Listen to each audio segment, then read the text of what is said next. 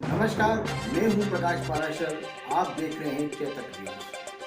भाजपा का मजबूत गढ़ माने जाने वाले नीमच जिले में कांग्रेस ने अपने दिग्गज नेता दिग्विजय सिंह को भेजा तो राजनीतिक सरगर्मियां तेज हो गई। पूर्व मुख्यमंत्री कमलनाथ ने प्रदेश की 66 हारी हुई विधानसभा सीटों की जवाबदारी दिग्विजय सिंह को सौंपी। इसी परिप्रेक्ष्य में शनिवार को स्थानीय टाउन हॉल में मंडल और सेक्टर कार्यकर्ताओं की बैठक में दिग्विजय सिंह पहुंचे। बैठक से पूर्व आयोजित पत्रकार वार्ता में दिग्विजय सिंह ने भाजपा की नीतियों के खिलाफ जमकर हल्ला बोला। उन्होंने कहा कि भाजपा से हर वर्ग नाराज है, मजदूर हो, किसान हो या व्यापारी, आज सभी परेशान हैं। साथियों, भारतीय जनता पार्टी के खिलाफ हर वर्ग नाराज है,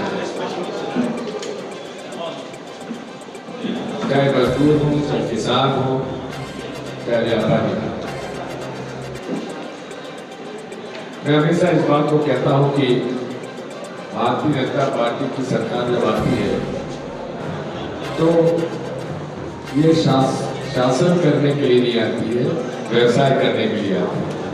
भारतीय जनता पार्टी ने कुछ हमारे विधायकों करीब के सरकार दिला दी। केवल 15 महीने का समय मिला, लेकिन कमलनाथ जी ने पूरे प्रदेश में सरकारी जमीनों पे जिन लोगों ने कब्जा किया हुआ था वो सब तो हटाया गया। जो मिलावट का एक बोलबाला था पूरे प्रदेश में, उसे समाप्त किया। हमने हमारे वादे पूरे किए। 20 साल से भाजपा की सरकार चली हुई है, लेकिन आज भी मध्य प्रदेश पे जो हालात हैं उसमें कहीं सुधार नजर नहीं आ रहा है। उपभोक्ताओं को भी महंगी बिजली मिल रही है और पूरे तरीके से आज किसान, गरीब, मजदूर ये परेशान है। पंचायती राज ठप हो चुका है, पंचायतों के अधिकार सीधे जाके रख गए हैं।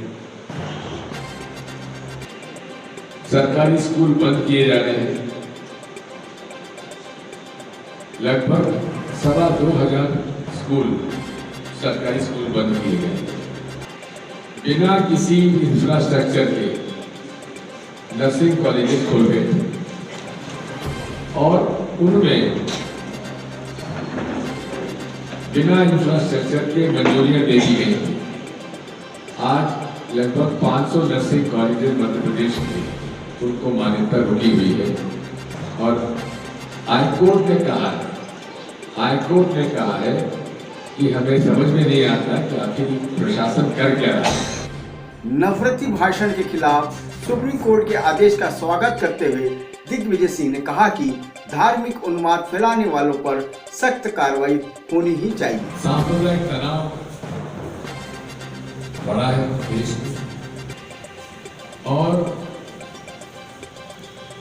हिंदुओं में मुसलमानों का डर पैदा किया जा रहा है और मुसलमानों में हिंदुओं का डर पैदा किया जा रहा है और इसमें दोनों तरफ से भाजपा और MIM दोनों मिलकर सांप्रदायिक तनाव बढ़ा है। हम माननीय उच्चतम न्यायालय को इस बात के लिए बधाई देते हैं कि उन्होंने नफरत फैलाने वाले, भाषण देने वालों के खिलाफ तत्काल कार्रवाई करने का डायरेक्शन दिया। एक स्पीच के खिलाफ हम उसका सम्मान करते हुए ये उम्मीद करते हैं कि कोई भी हो, अगर किसी धार्मिक उन्माद फैलाकर ये नफरत फैलाने वाली कोई बात करते हैं धर्म के आधार पर, उनके खिलाफ तत्काल कार्रवाई होना चाहिए। प्रधानमंत्री नरेंद्र मोदी के 100वें मन की बात कार्यक्रम पर कटाक्ष करते हुए दिग्विजय सिंह ने कहा कि मोदी जी अपने मन की बात देशवासियों को तो सुनाते हैं, लेकिन वे सुनते नहीं।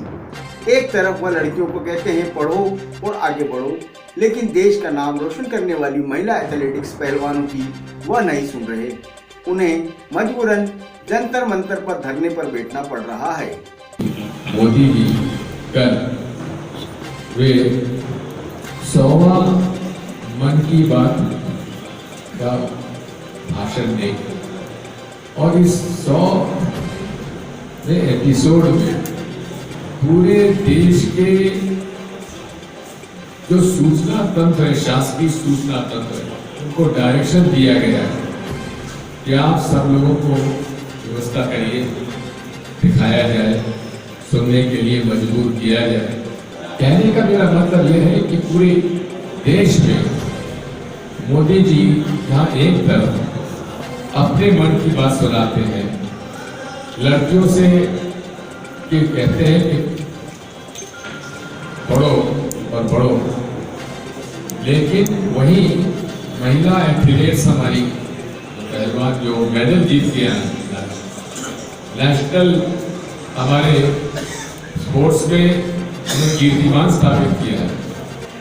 सेक्सुअल अब्यूज के केस में जो भारतीय जनता पार्टी के ब्रिजभूषण सिंह हैं, मेंबर पार्लियामेंट, वो रेसलिंग फेडरेशन के अध्यक्ष हैं, उनके खिलाफ नामजद रिपोर्ट है, लेकिन 6 महीने से उनके खिलाफ एफआईआर दर्ज नहीं हुई थी और उन्हें मजबूर जंतर मंतर पर हड़ताल करने की है। यहाँ बड़ों बड़ों की योजना है, वहीं आज लड़कियों को खुलेआम यौन शोषण की शिकायत करने पर भी एफआईआर दर्ज करने के लिए जंतर मंतर में बैठना पड़ रहा है। कमल छाप कांग्रेसियों और बगावत करने वालों के लिए दिग्विजय सिंह ने एंटी डिटेक्शन लॉ मजबूत करने की बात कही। पार्टी छोड़ने वालों पर सख्त कार्रवाई करने की हिदायत भी दी। और मैं खुद इस बात से बेहद दुखी हूँ। क्या कभी उम्मीद आप हमें कर सकते थे कि ज्योतिरादित्य सिंधिया पार्टी छोड़ चले जाएंगे? कम से कम मैं तो उम्मीद नहीं करता था। कभी उम्मीद कर सकते थे कि जिनको सब कुछ मिला वो पार्टी छोड़ चले जाएंगे? और बिना कारण के ये एक दिन पहले तक जो कैबिनेट मीटिंग अटेंड कर रहे हैं, सरकार की प्रशंसा कर रहे हैं, दूसरी पता चला कि वो तो भाजपा में चले गए। ये देश के लिए और देश की लोकतांत्रिक व्यवस्था के लिए बहुत बड़ा एक धक्का है। मैं तो चाहता हूं कि एंटी डिफेक्शन लॉ और मजबूत किया जाए और जो भी पार्टी छोड़ के जाता है, छोड़ के कोई भी जाता है, तो उसको कम से कम 6 साल तक के लिए चुनाव लड़ने से उसको बाधित किया जाए और साथ में कोई भी शासकीय पद से उसको नहीं आने के लिए उसको वहां पे बाधित हो। और मैं तो अभी चाहता हूँ कि जहाँ पर भी टिकट डिस्ट्रीब्यूशन पार्टी बेसिस पे चुनाव होता है, वहाँ एंटी डिफेक्शन लॉ लाना चाहिए। तो उनके खिलाफ कार्रवाई के लिए हम लोग हमेशा पक्षधर रहे हैं। इस बारे में कौन ने किसने वोट भार दिया, इसकी जांच पड़ताल होनी चाहिए। माफियाओं द्वारा जबरन प्रॉपर्टी पर कब्जा करने वालों के खिलाफ उन्होंने आवाज बुलंद करने की बात कही। उन्होंने कांग्रेसियों को कहा कि वे इस मुद्दे को उठाएं और आम जनता की समस्याओं को सुने। उठाना चाहिए। माननीय जिला महोदय, इस मामले में हमें जानकारी दीजिए। कोई नहीं उठाएगा तो मैं तो उठाऊंगा। नशे की खेती के खिलाफ बोलते हुए दिग्विजय सिंह ने कहा कि देश को आज सबसे बड़ा खतरा अफीम की खेती से है। युवा पीढ़ी को नशा करने की आदत पड़ गई है। सबसे ज्यादा आज खतरा इस देश को है जो नौजवान पीढ़ी स्मैक पर लग गई। नशा करने की जो आदत नौजवानों में पड़ गई है, आज मैं समझता हूँ देश की सबसे बड़ा खतरा है।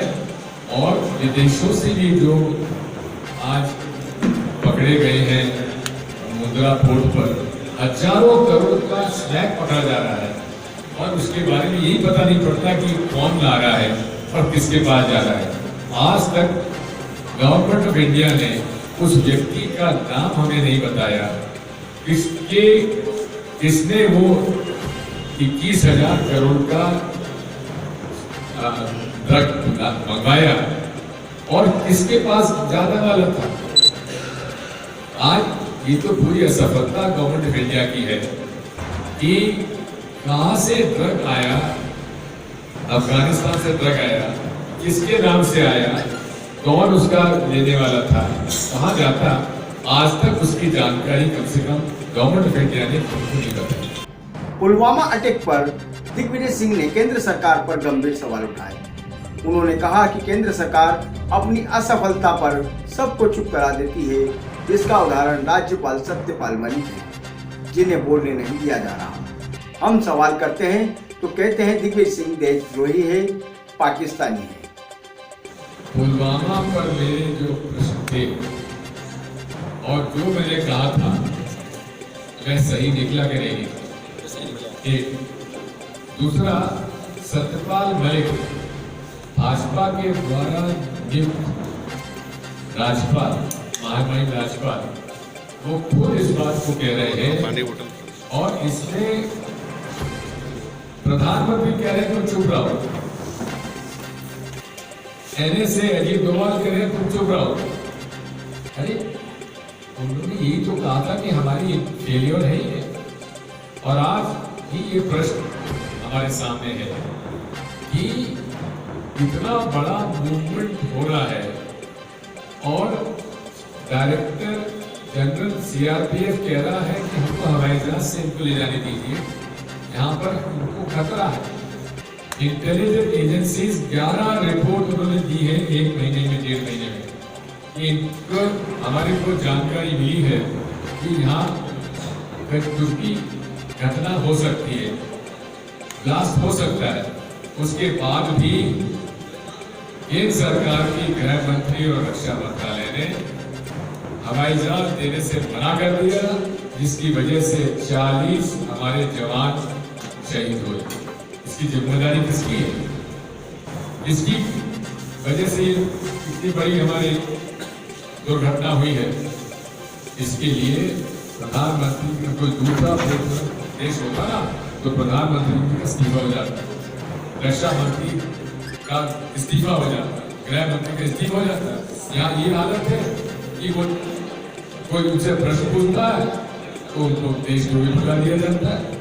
अब बताइए, भारतीय जनता पार्टी का IT सेल का अध्यक्ष भोपाल का, बजरंग दल का नेता सतना का अध्यक्ष, दोनों 20 लोगों की उनकी टीम थी जो पाकिस्तान की इंटेलिजेंस एजेंसी से पैसा लेकर जासूसी कर रही थी। उन पर हमारे माननीय मुख्यमंत्री जी ने राजद्रोह का मुकदमा क्यों नहीं चलाया? आज तक मैं दूसरा प्रश्न पूछ रहा हूँ, मेरा जवाब नहीं देते। मैंने जब प्रश्न पूछा तो कह दिया दिग्विजय सिंह देशद्रोही है, हमने कह दिया पाकिस्तानी है। ये कह रहा था कि दिग्विजय सिंह के रगों में अंग्रेजों का खून बह रहा है। हद हो गई आपको। मैं तो यही बात कहता हूँ कि इस प्रकार के आरोप प्रत्यारोप जो है बिना तथ्यों के आधार पर न लगाइए। मुख्यमंत्री जी, मैंने अपने आप को हाजिर किया थाने में कि मुख्यमंत्री कह रहा कि मैं देशद्रोही हूँ, मुझे गिरफ्तार करिए, समाज में मुझे रहने का कोई अधिकार नहीं है। तो वहाँ के थानेदार ने मुझे लिख दिया कि हमने पता लगा लिया आपके ऊपर कोई देशद्रोह का मुकदमा नहीं। मुख्यमंत्री ऐसा कह रहा, थानेदार कह रहा कि नहीं, किसी बात माने। ये बात एक अजीब सी बात है। चाइना में चाइना आर्मी ने हमारी धरती पर कब्जा किया। चीफ ऑफ डिफेंस का, आर्मी का चीफ कह रहे हैं कि हमारी जमीन पर इन्होंने कब्जा किया है। रक्षा मंत्री कह रहे हैं कब्जा किया है। प्रधानमंत्री कह रहे हैं हमारी जमीन पर न किसी ने कब्जा किया है न कब्जा हुआ। अब आप समझिए कि प्रधानमंत्री जी चाइना की जो लाइन है उसका समर्थन कर रहे हैं और भारत के रक्षा मंत्री और आर्मी चीफ का वो विरोध कर रहे हैं। अब आप बताइए ये देशद्रोह है कि राष्ट्रभक्ति है?